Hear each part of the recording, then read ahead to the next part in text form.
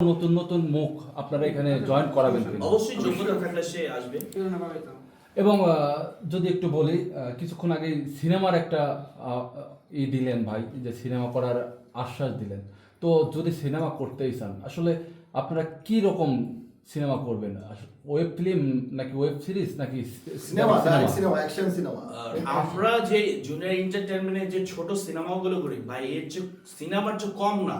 আপনি junior entertainment ঢুকবেন, যদি মনে হয় যে আমরা বাংলা সিনেমার যে কোনো অংশ কম করছি, সিনেমা যদি কাটিং হয় তিনটা, একটা ফাইটিং এর তিনটা, মানে এই যে ঘুরলাম, এই যে আসলো, এই যে আসলো, এই আসলো, আমাদের জুনিয়র এন্টারটেইনমেন্ট হবে 6টা কাটিং। এটা হচ্ছে সিনেমার থেকেও আরো ভালো কাজ। শুধু তাই না, বাংলাদেশ চলচ্চিত্রের অনেক বড় বড় বাঘা অভিনেতা বলে, তোরা তো বলে বিশারে খায়া দিছো, সাকিবরে খায়া দিছো, তো এইভাবে জি।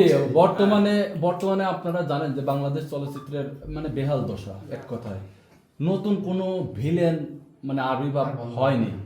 তো আপনাকে আগামী 5 বছরে কোন জায়গায় দেখতে চান? আমি একজন অভিনেতা হতে চাই, ভালো মানুষ হতে চাই, এটা হচ্ছে বড় কথা। মানে আপনি মিডিয়াতে যদি সুযোগ পান, ভাইয়ের মাধ্যমে যেহেতু যাচ্ছেন, সেক্ষেত্রে মানে ভিলেনের অভিনয় করবেন নাকি ক্যারেক্টার চেঞ্জ করবেন? হ্যালো, মানে অভিনেতা তো বললো না যে একজন ভালো একজন অভিনেতা হিসাবে নিজেকে প্রেজেন্টেশন করতে চায়, মানে আগামী 5 বছরের মধ্যে। এটা আমাদের চাওয়াই এটা ভাই, যে আমরা একজন অভিনেতা বা অ্যাক্টর যেটা বলেন ওইটাই হতে চাই। আচ্ছা, জুনিয়র সাকিব ভাইয়ের কাছে